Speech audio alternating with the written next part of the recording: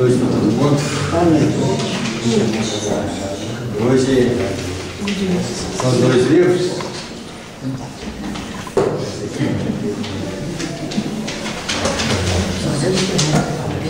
Vamos dar continuidade onde nós paramos. Eu vou ler o parágrafo que precede só para dar uma, de conformidade com a narrativa de Mateus.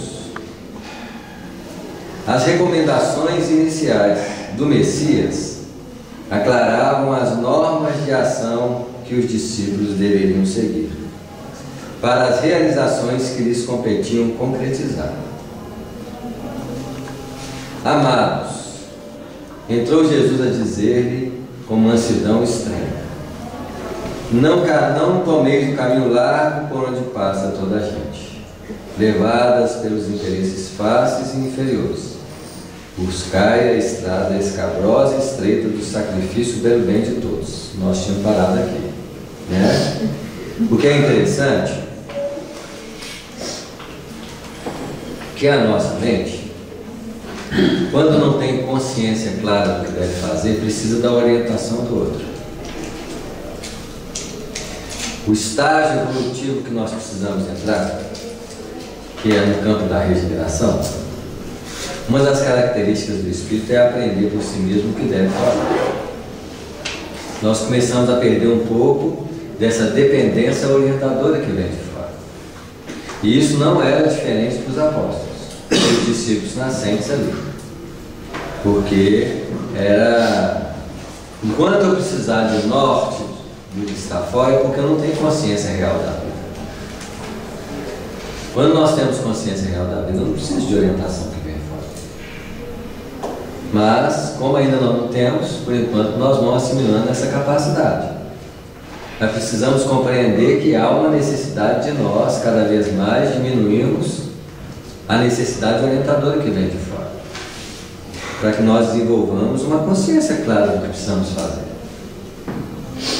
O jogo da vida nos distrai muito. Cada hora uma coisa nos chama e nós perdemos o foco existencial, muito natural nas nossas condições. Mas chegará um tempo que a nossa consciência será espiritual. Apesar das circunstâncias externas nos envolverem, nós não perderemos a consciência espiritual de forma nenhuma. E com essa consciência espiritual atuando sobre a vida material, indiferente do que venha a chegar, nós iremos agir com plena consciência do que precisamos fazer a cada instante. Porque a vida, ela é um movimento contínuo. Por que é um movimento contínuo? Ela não para. Nós podemos olhar uma sala como essa, ela é parada. Dá uma sensação de que ela não há movimento. Mas basta ver que durante o dia essa sala não precisa dessa luz, talvez. E à noite nós precisamos. Então já há uma mudança, uma ação diferenciada sobre ela. Eu posso não perceber o movimento da vida contínua, mas eu percebo o movimento da vida contínua através de mim mesmo, porque eu sou um ser, eu não sou um ser paralisado. A vida é movimento o tempo todo. É assim? Então, dia virá que nós seremos cônscios da realidade do Espírito, atuando sobre o movimento da vida. Aqui não. A cada momento nós somos chamados a focar nossos interesses em cima de determinados fatores que vai nos colocando, como estímulo da nossa existência. Eu entro no jogo da vida. Eu não sou o jogador da vida. Eu sou determinado muitas vezes pelo que acontece fora de mim. Eu não sou o agente criador. Eu sou um agente criador manipulado pelas condições criadas que vêm de fora. Seja por pessoas, situações, instituições, E há uma grande necessidade, muitas vezes, nossa, de orientação. Isso quer dizer que a nossa posição sempre está sendo uma característica infantilizada. Por que infantilizada? Porque nós estamos sempre dependendo de alguém a nos guiar. E por que nós dependemos? Porque nós não temos consciência clara daquilo que precisamos fazer. Então, enquanto não tem consciência, eu fico esperando quem? O outro determinado. Basta ver que no movimento espírita surge de vez em vez os orientadores de massa. É assim? As pessoas que passam a ser referência e quase num processo de adoração. Já que nós temos uma distância adorativa com Deus, eu passo a manifestar esse anseio de sustentação nas pessoas que têm o credencial que nós classificamos como, né, semideuses. Né? Então, quem são esses semideuses? São as pessoas mediunicamente mais desenvolvidas, com um conhecimento mais amplo, né? E nós quase nos sentimos necessitados de salvação, necessitados de que possam nos socorrer, gerando essa sustentação de um movimento coletivo por trás de uma pessoa, por trás de uma circunstância que é natural das condições humanas limitadas. Então, enquanto nós nos sentimos desorientados, eu preciso de uma orientação, e Jesus fazia a orientação para os discípulos, como diz o próprio texto, né? Entrou Jesus a dizer-lhes em mansidão, de conformidade com a narrativa de Mateus, as recomendações iniciais do Messias aclaravam as normas de ação. Então, quem precisa de normas de ação? Nós. Quem não sabe agir. Nossas ações são meras repetições praticamente de qual reino? Animal. Sobrevivência, prazer, nossos anseios não fogem muito das condições de felicidade que o animal tem. Comida boa, sombra, água fresca, o que mais? Jornal sem dedo. Os filhotinhos ali, tudo bem. Foge muito padrão da felicidade animal, né? Nós só sofisticamos. Sim, mas tudo pesado, hein? Isso aí, mas a claridade da verdade, ela pode ser até uma característica de peso para nós, né? Mas é a claridade da verdade, né? Eu estava vendo o Luiz apresentar o estudo dele, né? Estava observando as reflexões que ele fazia. Então, estou vendo aqui, um recurso que a gente tem para diminuir essa dependência de orientação é reflexão, pensar, aprender a pensar. A gente está precisando, eu sinto uma necessidade muito intensa atualmente de aprender a pensar, por conta própria. Isso mesmo, porque essa é a característica da manifestação espiritual do nosso ser. É quando eu começo a assumir a minha própria perspectiva diante da vida. As orientações são nobres, elevadas? São. Mas eu preciso começar a ter uma certa capacidade autônoma de sentir a realidade da vida, né? Mas se os discípulos estão sendo orientados, estamos nós repetindo a mesma sensação, né? Eu quero dizer que quando a regeneração se estabelecerá, cada vez mais, apesar do contínuo movimento de intercâmbio com a própria vida espiritual, menos os espíritos vão se colocar como agentes instrutores, mas como agentes investigadores em conjunto. Vamos investigar a verdade junto? É nesse sentido que a educação vai permear, porque tanto o instrutor como o instruído estarão no mesmo patamar de investigação. E uma mente inocente é uma mente que não sabe, no sentido investigador. Ele quer investigar aquilo de verdade. Não é assim? Não a mente acomodada que fica esperando, me fale o que eu tenho que fazer, me oriente, como? Né? Então o próprio como deverá mudar. A impressão que eu tenho, Samuel, é assim, é que na verdade a gente já sabe o que a gente tem que fazer. A gente já sabe aquilo que é certo, aquilo que é errado. E se às vezes a gente não faz, é porque realmente a gente não consegue ter algo que tire esse foco da gente, né? Isso às mesmo. vezes por comodidade, por prazer, né, momentâneo, a gente age de forma diferente. Medo mesmo. Mas na intimidade, mas eu acho que dentro da gente, a gente sabe o que tem. Saber até que a gente sabe, porque o saber na nossa base de desenvolvimento é conhecimento acumulado. Por exemplo, nós sabemos que somos espíritos. Quando é que eu aplico essa realidade no meu dia a dia? Uai, no dia a dia. É. Como é que se aplica? Isso. Uai, Que eu tenho que aplicar. tem. Então, o que é a aplicação do conhecimento? Colocar em prática. Então, existe a colocação em prática de um processo adquirido tecnicamente falando. Então, eu vou montar um aparelho. Vou colocar em prática para aprender. Então, eu vou colocar, ajustar as coisas como eu fui aprendendo. Da mesma forma, colocar em prática o conhecimento é mais ou menos assim. Eu pego o que eu conheço e vou colocar em prática. O que isso tem a ver com o sentimento? Mas não é sempre assim. Isso. E como é que opera então? Entendeu? Mas não é sempre que eu faço aquilo que eu sei que eu aprendi daquela forma. É porque aquilo ali já tá em mim, já Então, faz parte da minha forma de ser. Isso. Entendeu? Então, o que está em nós, na nossa forma de ser? Reações emocionais. Mas a gente tem muito medo Que nós do não julgamento do pensamos. outro. Hã? A gente tem muito medo do julgamento do outro. Isso, é então- verdade. Então, eu tenho medo do julgamento do outro. Por quê? Quem me ensinou isso? Quem me ensinou a ter medo de julgamento do outro? Animal tem medo de julgamento do outro? Não, animal não tem. Alguém começou a sentir medo de julgamento do outro, que é uma transferência do medo para um lugar que ele não, até então, o medo não tem essa função. Por que de uma hora para outra eu comecei a ter medo de julgamento do outro? Porque o meu Por quê? ego estava exposto. Isso mesmo. Então, como que isso foi se instaurando, o ego exposto? E nós não estamos falando aqui de nada de natureza espiritual. Eu estou falando que quando nós adquirimos o conhecimento, de alguma forma a gente fala assim, sou espírito, não existe a morte. Mas quando é que eu vou testar que se realmente isso que eu estou falando tem um senso real de manifestação natural? Quando morrer. Quando morrer. Quando alguém morre, E você fica, Você você se não comporta tá- isso. Aí quando alguém morre, você fica como? normal. Quando você está prestes também, Não é, você aceita Isso. quando o outro morre.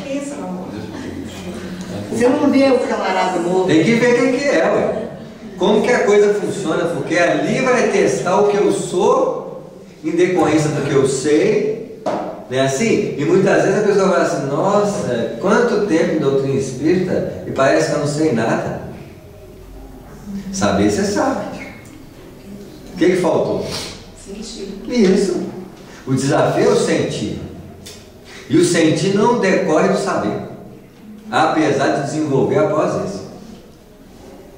Antes tem que ser saber, para depois nós o quê? Sentir. Por quê? Imagina, eu estudo a imortalidade da alma. Mas esse cara não falou que o sentir não decorre do saber? Isso, decorre do Mas eu sentido primeiro evolutivo. sei. Primeiro não tem que ser sei, não é? Decorre do sentido evolutivo, porque se eu sei que eu não morro, então não estou sabendo que nós não morremos. Então, você não- Quando eu morrer e não morrer, o que aconteceu? Você teve a certeza que não morreu. Confirmação. Eu experimentei, Experimentou. eu tive uma sensação, Não. mas é uma sensação fisiológica? Não. Eu sinto frio, uma sensação fisiológica. É. O que é sentir que não morreu? Então não morri. O que é sentir que eu não morri? Constatar, né? É uma constatação consciencial. Agora eu vou perguntar para vocês. Eu abro o olho aqui e estou me constatando que eu estou vivo. Morri, abro o olho e constato que eu estou vivo. Qual que é a diferença? Você não vai estar perdendo a gente. Eu falo a sensação perceptiva. Eu estou aqui, abri o olho, estou constatando que eu estou vivo. Pois é, mas se Aí eu morri, abro o olho e estou constatando que eu sou vivo. Qual que é a diferença das duas? Só que você Nem não uma. vai você não vai encontrar esse Bando aqui na hora que você abriu os olhos lá, não? Depende de onde for, Não, né? você vai ficar melhor. no filme os outros, ele achava que estava vivo, né? Você vê, vivo na Terra.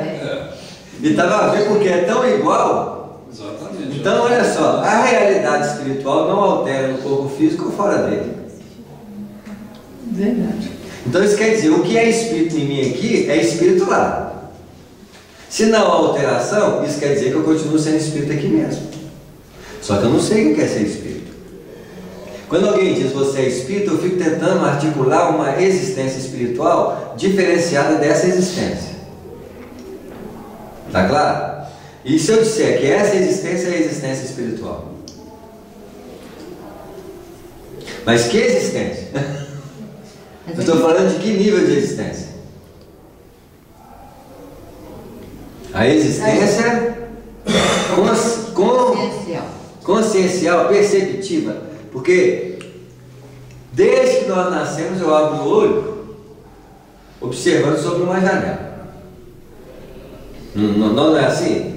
Você acordou um dia, nasceu e olhou para essa janela. E isso não alterou tudo que acontece fora altera. Você sente alterações em você, mas isso continua o quê? A mesma coisa. Eu posso falar mais, eu posso compreender mais, mas isso é a mesma coisa. Então há uma percepção consciencial viva, através principalmente do quê? Da visão. Tá claro? Que é inalterado. Eu tenho dor de dente, ela continua. Eu tenho corte na mão, ela continua. Eu faço uma cirurgia, ela continua. Isso quer dizer que o efeito material atuando sobre o corpo não altera a percepção consciencial. Mas essa percepção consciencial, eu sempre penso que a diferença quando eu desencarnar é que eu vou ter uma percepção consciencial muito maior, principalmente se eu conseguir me recordar de todas as outras encarnações. Aí eu vou ter uma percepção muito diferente da percepção que eu tenho aqui. Aqui eu só conheço essa minha realidade, nessa vida. Certo, então vamos fazer uma analogia com a recordação das vidas passadas. Você consegue lembrar 2 anos atrás? Na sua vida? Alguma coisa, né? Certo, mas você não consegue? O que isso altera na sua percepção? Eu recordar a vida passada vai alterar o quê? Já que é uma lembrança. Então eu vou recordar qual que é a diferença de recordar um ano atrás? É igual uma vida para o espírito. Porque eu não recordo viver na vida. Como é que eu recordo? Lembrando. Não existe diferença entre você lembrar de uma vida e lembrar de um ano atrás. Então isso quer dizer que quando eu desencarnar, os afetos que eu vou sentir, o amor que eu vou sentir, é superficial, né? Claro, mas assim, vai ser referente a dessa vida. Eu não vou conseguir sentir, por exemplo, aquele amor. Eu imaginava que eu vou desencarnar e vou conseguir, por exemplo, sentir o amor que eu senti por todos os filhos que eu já tive em outras encarnações, por exemplo. Então vamos lembrar de você quando criança. Qual era o afeto que você tinha pelo seu irmão? Você vai lembrar aí agora e vai sentir o mesmo afeto. Aumentado. Tá claro? A memória não é representação de afeto. Porque qual que é a diferença de vidas passadas para anos passados? É a mesma coisa, é uma dinâmica de tempo vivenciado. Recordar que eu fui ou não fui vai alterar alguma coisa? Não. O que eu sou é imanente. A minha raiva, eu posso ter tido várias raivas nas outras vidas. Vocês acham que a raiva é diferente? Talvez só a intensidade. Mas mesmo sendo intensidade de raiva, a raiva não é o mesmo sentimento que eu sinto aqui? Provavelmente o que eu sinto de raiva, todo mundo aqui o quê? Já sentiu? Então se eu sinto a raiva e sei o que é a raiva, eu sei o que é a raiva de todo mundo aqui, ó. É aquilo que eu sinto. Eu sei quem são vocês porque eu sei quem eu sou.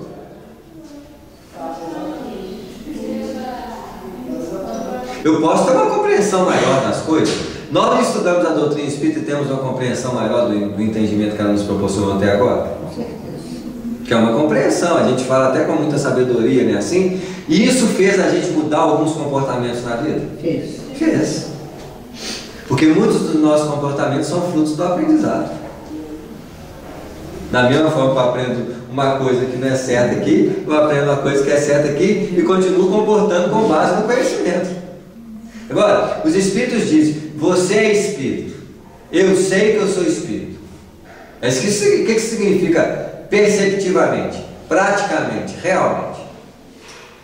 Passar por uma situação, por exemplo, uma situação de dor. Eu sou espírito, passar com mais tranquilidade, porque eu sei que eu sou espírito, eu não preciso desesperar perante alguma situação. Então, a única experiência, talvez, não passar como espírito é a dor. Porque é uma sensação o quê? Neurológico. Então eu estou com uma dor de dente. Mesmo que eu seja espírita, a dor de dente vai fazer o quê? Aqui eu vou saber o que é efeito da matéria sobre o espírito. Porque a matéria realmente tem efeito sobre mim. A não ser que eu tivesse uma capacidade interior de neutralizar essa dor. Igual eu tomo uma injeção, eu não tenho essa capacidade. Ah, mas se você tiver um poder espiritual, no dia que eu tiver esse poder espiritual de neutralizar analgesia, eu vou produzir a substância que anula aquela dor. Se eu souber com isso com consciência, né? Assim, operar isso com consciência é uma capacidade que hoje eu não tenho. Eu também não vou ficar imaginando ela. Agora, isso que tem a ver com o espírito? Isso só mostra que minha consciência está presa na onde? Na matéria, porque eu estou sentindo dor. E quem é que é privilegiado não sentir dor? Só quem tem problema no sistema de percepção dolorosa. Tem gente que não sente dor. Basta ver que a pessoa queima, machuca e vai machucando. Chega uma hora que pode até morrer, que ela não viu que morreu. Mas não tem dor. Falceniano. Isso, uma pessoa tem um distúrbio nesse sentido. Mas nós não. Isso atesta claramente que o meu espírito sente o corpo.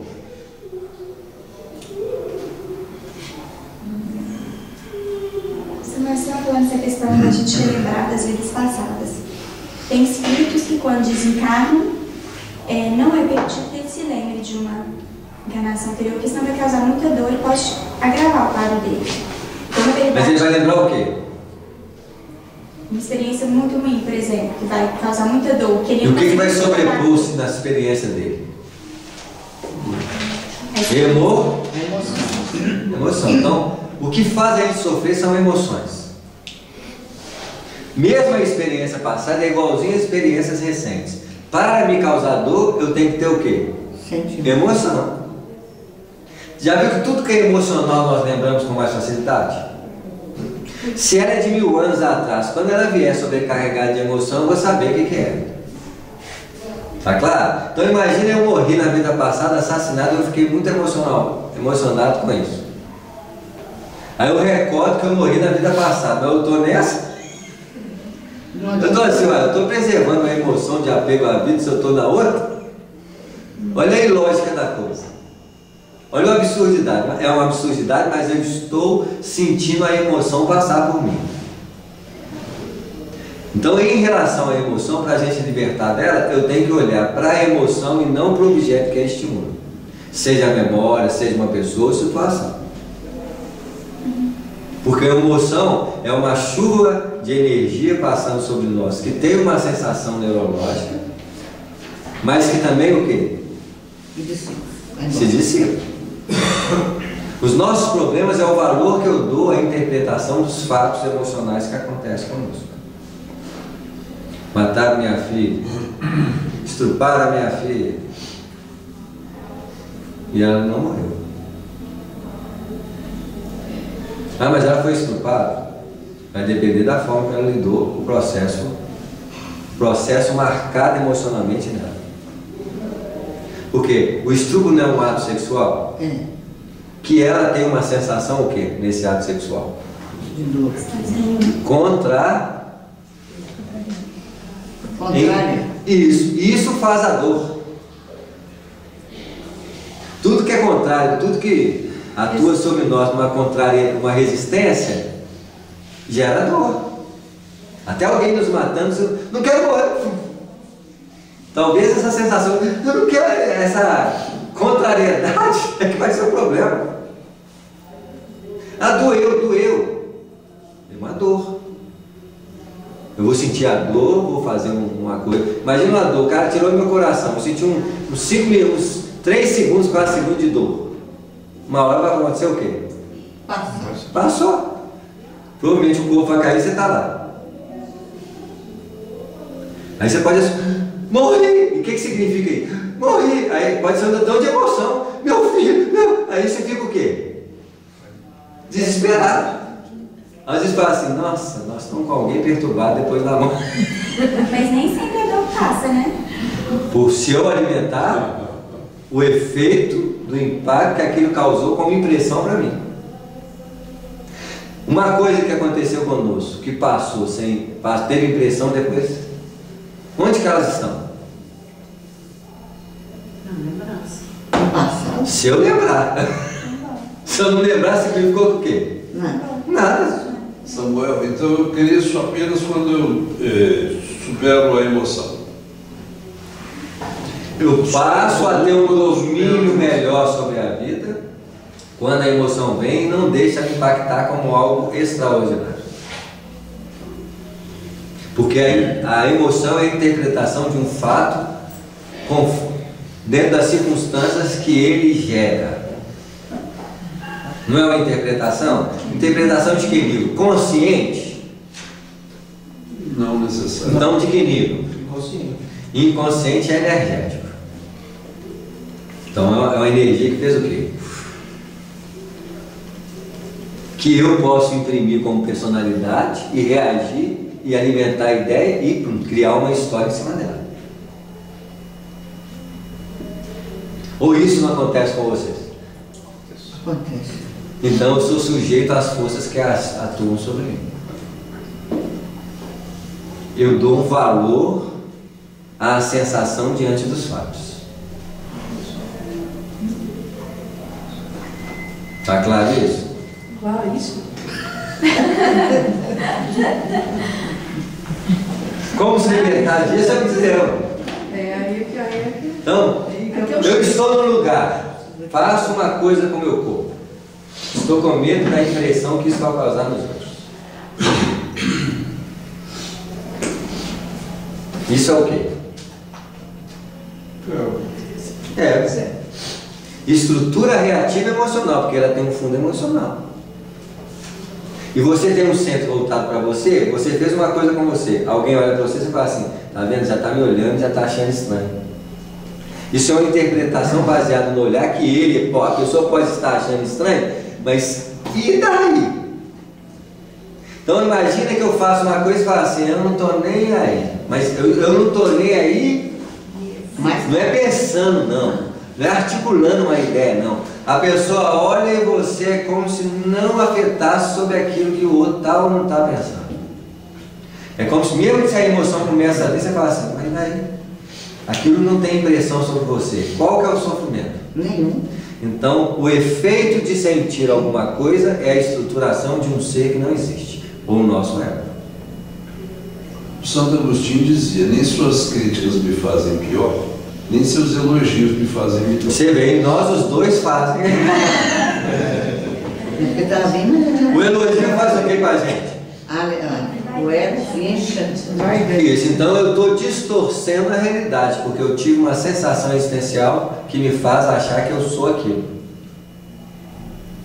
Ou a crítica me faz sentir uma distorção de achar que eu não queria ser aquilo. Isso tudo tem que ser visto, porque o olho que enxerga isso é o olho que enxerga a semente da produção. Não estou olhando mais os frutos. Não estou olhando mais as folhas. Eu estou olhando as sementes que vão produzir o efeito da lei de causa e efeito. Porque eu estou olhando a essência do movimento criador, que sustenta o que muitas vezes? A minha forma de ser. Então Jesus olhando para isso tudo vai dizer, deixa eu orientar essa turma. Faz assim. Então muitas vezes eu faço mais por causa de quê? Por causa da orientação. Sem menor ideia do que aquilo representa. Então olha só, eu não li nem. Só não li nem. Então vamos lá, vamos com calma, né? Olha o que ele fala. Não tem pressa, não? Também não penetreis nos centros de discussões estéreis, à moda dos samaritanos, nos das contendas que nada aproveitam as edificações do verdadeiro reino no coração com sincero esforço. O que ele está falando? Então olha lá. Também não penetreis nos centros de discussão. Que centro é esse? Que centro? Das discussões. Mas é um centro? Que não leva a nada. Estéreo. Isso, mas é um centro? Não. Se a gente não quiser que seja. Mas eu crio um espaço interior que o outro alimenta e nós criamos o quê? Ficamos em volta. Um espaço de discussão. Que a minha mente fica o quê? Então vamos lá. Por que eu quero discutir com alguém? Que você quer fazer valer o seu saber. Então eu estou querendo mostrar quem eu sou. Não é importante o ponto de vista discutido. Importante eu mostrar que eu sou mais inteligente que o outro, mostrar que eu estou certo. O sol é irradiante. E alguém diz, não é. Eu olho para o sol e ele é irradiante. Eu vou discutir o quê? Só se bater no outro. Aí eu estou querendo. O sol por si mesmo já é a argumentação que eu tenho que calar. Lógico. Ele não é irradiante? Uhum. Aí eu olho. Aí você cala. Eu chamo o outro lá. Daí a Eu pouco estou querendo mostrar o quê? você Que sabe. eu estou certo. Aí o outro vem e o outro continua. Não é. Fica os dois bobos lá. E geralmente Mas você não pode falar nem que seja para esclarecer? Pai. Mas ele está querendo ouvir? Se ele não está vendo o fato? Ah, mas às vezes ele tem a mesma percepção que você. Não importa, então. Eu posso chegar na conclusão. Ele tem problema visual. Posso chegar nessa conclusão. Como que eu vou convencer? Não tem jeito. Não. De qualquer maneira, não vale a pena o quê? Desgastar. Não. Porque o fato em si já mostra. Mas nem simples. É inútil. Mas às vezes eu não sei. Porque então nós vamos ter conversações, nós vamos discutir, vamos dizer, discutir pontos de vista. Isso pode ser também um momento de construção. E se eu posso estar aberta para escutar o que o outro está me dizendo, e o outro ter abertura para escutar o que eu estou dizendo, a gente Isso chama-se o quê? diálogo, conversa. Comunhão. Isso aí. Não há discussão. Vamos aprender junto? Mesmo assim. Vamos aprender junto? Vou ensinar. O outro vai o quê? Aprender. Isso. Se o outro mostrar que sabe mais do que eu começo a negar. Ou eu finjo que eu estou o quê? Surdo. Ouvindo. Que é surdo mesmo. Ai, meu Deus. Parece até que é animoso. Não é assim? Quando não é animoso? Quando eu estou falando e o outro está ávido. Para aprender. Isso, aí não tem discussão. Não é campo de discussão. Quando já tem discussão é porque já tem o quê? É muito difícil duas pessoas discutirem sem ostentação pessoal. Porque, na verdade, discussão de opinião é a ausência de percepção da verdade. Quando eu vou discutir sobre o sol, todos os dois vão olhar para o sol. Não é assim? Vão olhar para o sol para discutir. Aí eu falo uma coisa, a contestação da verdade não está no que eu falo, está no que ele vê. Então eu falo assim, o sol é redondo. O outro está olhando. Não é o que eu falei que é importante. É porque ele está. Porque nós dois estamos olhando para a mesma Direção. Isso. Agora, quando há discussão, quando os dois não olham para o fato e cada um impõe aquilo que enxerga como verdadeiro. Então uma verdade não pode ser discutida, a não ser que a pessoa te pergunte. Ou você estaria interessado em ouvir. Acho que tem várias situações a analisar. Vamos lá? Isso aí, tudo bem. Se a pessoa não está nem não está interessada em saber, ou às vezes está fazendo, contesta por vaidade, é uma situação. Mas, por exemplo, você chega aqui e fala uma determinada coisa. Eu vou e contesto, mas buscando entender. Então o meu entendimento é baseado no quê? Isso é discussão? Isso é não é uma discussão. Uma opinião sem percepção da verdade. Isso existe. Tá claro? Eu falo assim, eu sou espírito, você é espírito. Você tem sua concepção teórica de espírito, eu tenho minha concepção teórica de espírito. Vai haver o que nesse sentido? Pois é, mas o fato da gente discutir não pode ser uma coisa saudável? Certo, pode ser saudável, mas na maioria das vezes, se eu não estou vendo o fato, vai virar o quê? Uma discussão estéril. Uma discussão estéril, porque eu posso até te ouvir, mas eu tenho uma formação de conceito para fazer o quê com a sua opinião? Nada. Eu vou fingir que eu estou ouvindo. Por educação? Isso. Por educação. Tá claro? Se os dois estiverem olhando para o fato, o que acontece? Não tem discussão. Não tem dúvida. Porque o fato em si é mais importante do que quem está falando e quem está ouvindo. Quando nós estamos falando da verdade, nós precisaríamos estar dentro desse padrão de conhecimento. Indiferente se essa verdade é perceptível como objeto material ou não. Então, em se tratando de objeto material, onde está a verdade? No objeto. No objeto. E não se tratando de objeto material, onde está a verdade? Lá na consciência de cada No um. meu conhecimento. No objeto invisível que eu consigo ver e que o outro consegue ver. Então nós vamos falar de espírito. Eu tenho que ver o espírito, ele tem que ver o espírito para conversar sobre isso. Só que não acontece isso. Acontece, eu pego a informação que eu tenho, ele pega a informação que ele tem e fala assim, o espírito é assim, o espírito tem perispírito, corpo espiritual. Não, tem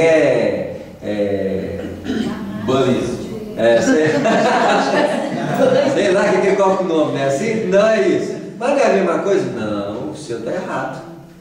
Isso é o quê?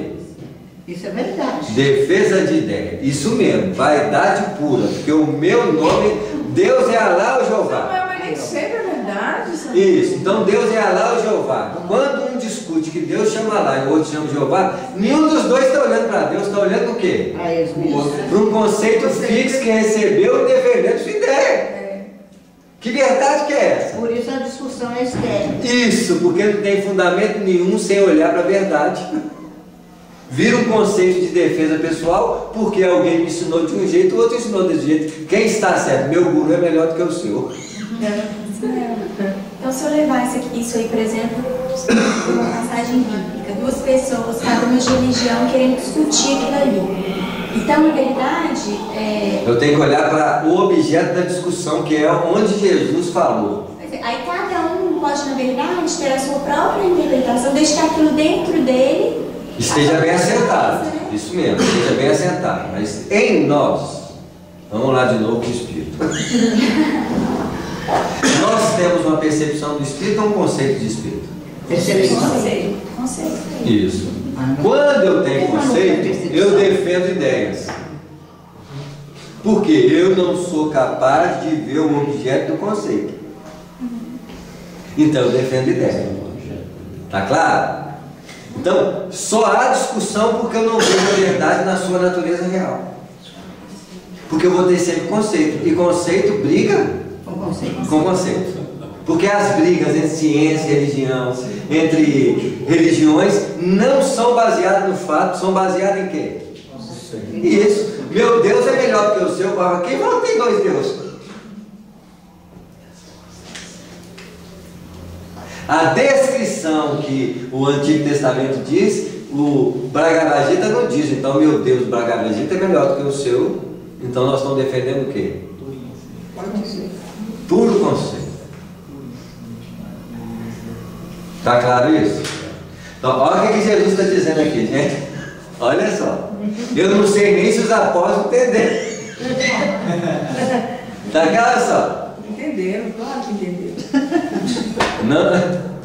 Também não penetreis no centro das discussões estéreis, a modas do samaritano, nos das contendas que nada aproveitam as edificações do reino, do verdadeiro reino nos corações com sincero esforço. Ai, meu Deus.